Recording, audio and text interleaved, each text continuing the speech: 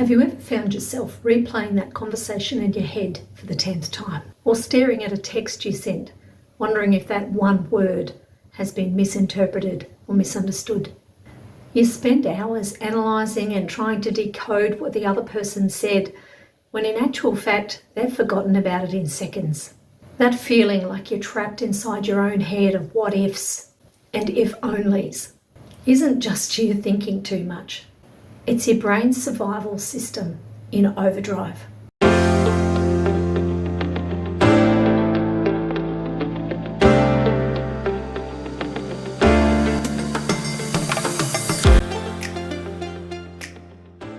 The reason it feels so awful is because your brain sees a simple mix-up like a saber-toothed tiger. I'm going to break down why your brain's attempt to keep you safe and protect you is the very thing that's making you anxious, and more importantly, how you rewire it. Hi, my name's Michelle. This is Late Diagnosed, a channel I started to share my own journey learning to live life on the spectrum after my own late diagnosis of autism and ADHD at the age of 54. Defining the overthinking trap. First, let's get one thing straight. Overthinking is not the same as problem solving. Problem solving is constructive. It's like being an engineer, figuring out how to build a bridge to get to the other side of the river. Overthinking, or what psychologists call rumination, is just pacing backwards and forwards on the riverbank. You're wearing a groove in the ground. You're stuck. It's repetitive, and it keeps you focused on the problem, not the solution. You might tell yourself by overthinking you're just preparing yourself for any eventual outcome, but you're not making progress. You're standing still. It's like the old adage, worrying is like sitting in a rocking chair. It gives you something to do, but it gets you nowhere. The habit is fueled by anxiety. It creates a snowball effect. The more you overthink, the more anxious you feel. And the more anxious you feel, the more you overthink. It's a vicious cycle that makes you feel paralysed, unable to make a decision. That constant mental load leads to sleepless nights, decision paralysis, and that gnawing feeling that something is wrong with you. It stops you from living in the present because you're either living like a mental archaeologist, digging up from the past, or a fortune teller, trying to predict 1,000 disastrous futures. But if it's so counterproductive, why do our brains do it? The answer lies in a strange betrayal from our own internal safety system. The why. The brain's betrayal. Here's the painful irony of overthinking. Your brain is just trying to protect you. The problem is it's using a really outdated playbook. Here are the three main reasons your brain's attempt to keep you safe actually backfires. First, the faulty survival instinct. Your brain has a built-in alarm system called the amygdala. You've probably heard of it. Its job is to spot threats and hit the fight or flight button. This system was brilliant for our ancestors facing physical dangers. Today, your amygdala can't tell the difference between a real threat or a perceived social one. It's like a car alarm that screams just as loud if someone's trying to break into it or if a cat's just jumped up on the bonnet. A minor social slip-up gets treated like a life or death situation, flooding your body with stress hormones like cortisol and adrenaline. That racing heart and tight chest, that's your body preparing for a fight that exists only in your mind. Secondly, overthinking gives you the illusion of control.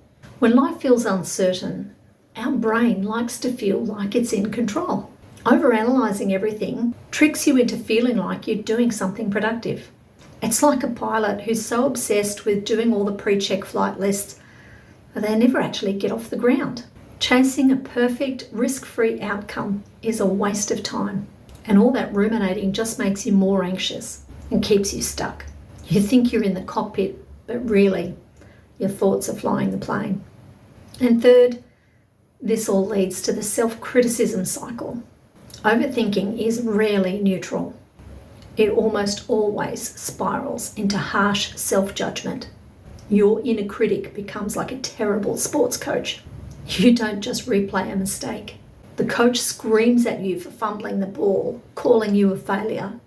This makes you more nervous, so you're even more likely to fumble next time.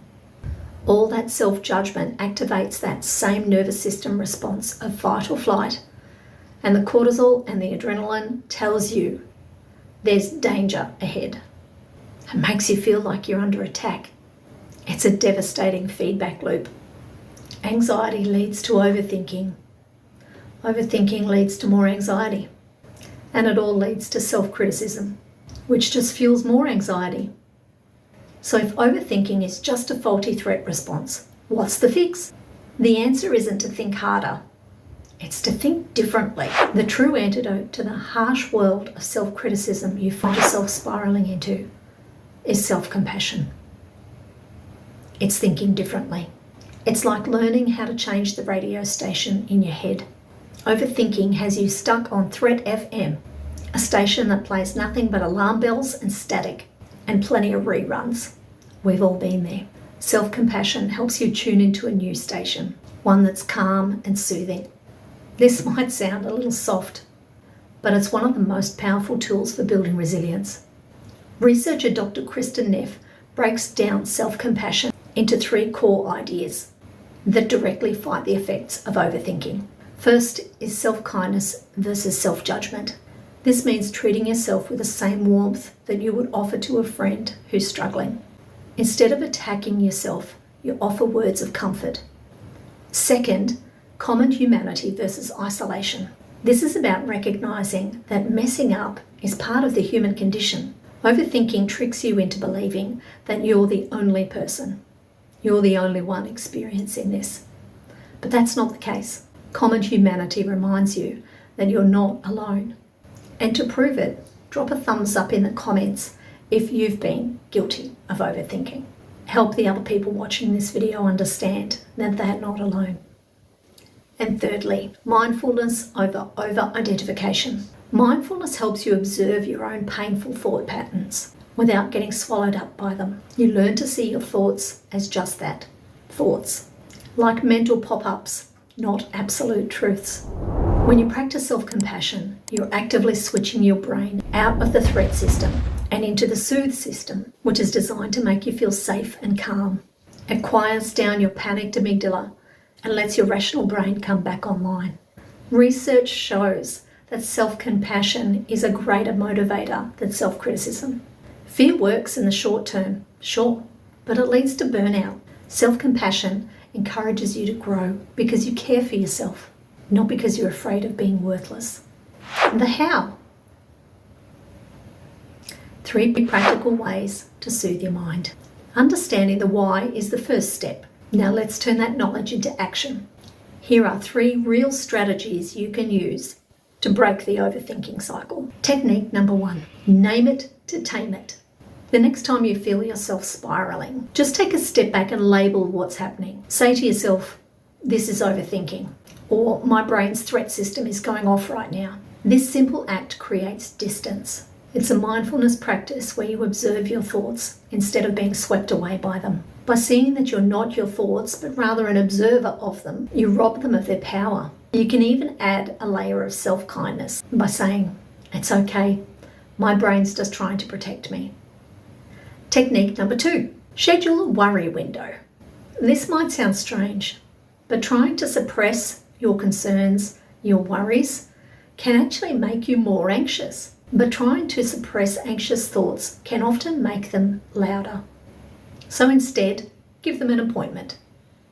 Set aside 10 to 15 minutes each day as your worry window. When an anxious thought pops up out of that time, visualize yourself putting it in a box and tell yourself you'll open that box later.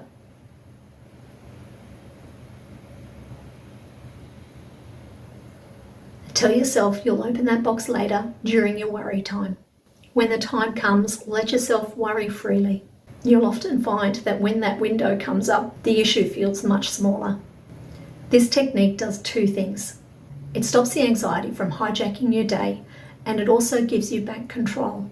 You're in charge of when you worry. Technique number 3, action is the antidote. Overthinking thrives on standing still. It's like being frozen in the middle of a lake. The longer you stay in your head, the more stuck you'll feel.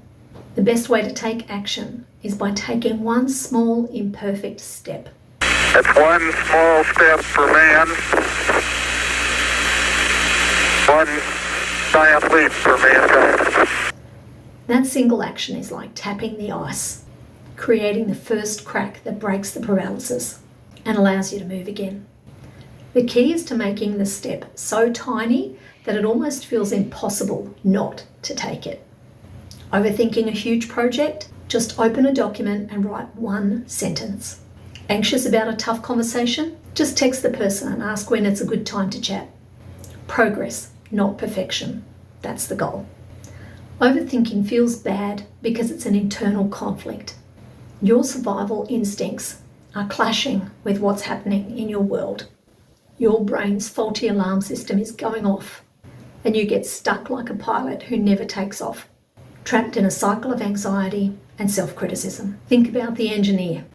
They're either taking action to build a bridge, or they're standing on the riverbank, walking, pacing, and not actually taking any action.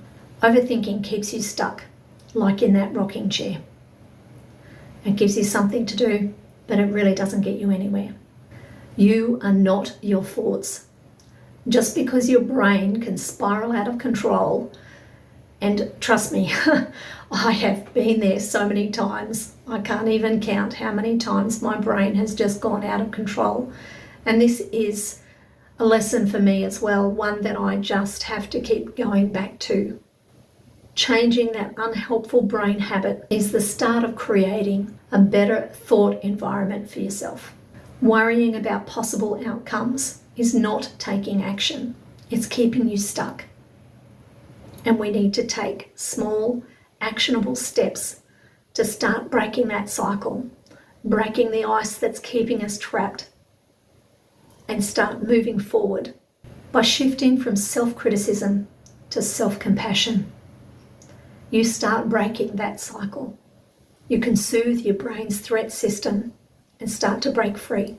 You can learn to see your thoughts without obeying them, to act even when you're afraid, and most importantly, to treat yourself with the kindness that you've always deserved. You're not broken. You're learning how to live life on the spectrum, just like I am. What's the one thing you tend to overthink most? Start there. YouTube has decided that this video is the one that you'd most like to see next. I'll catch you over there. Flooding your body with stress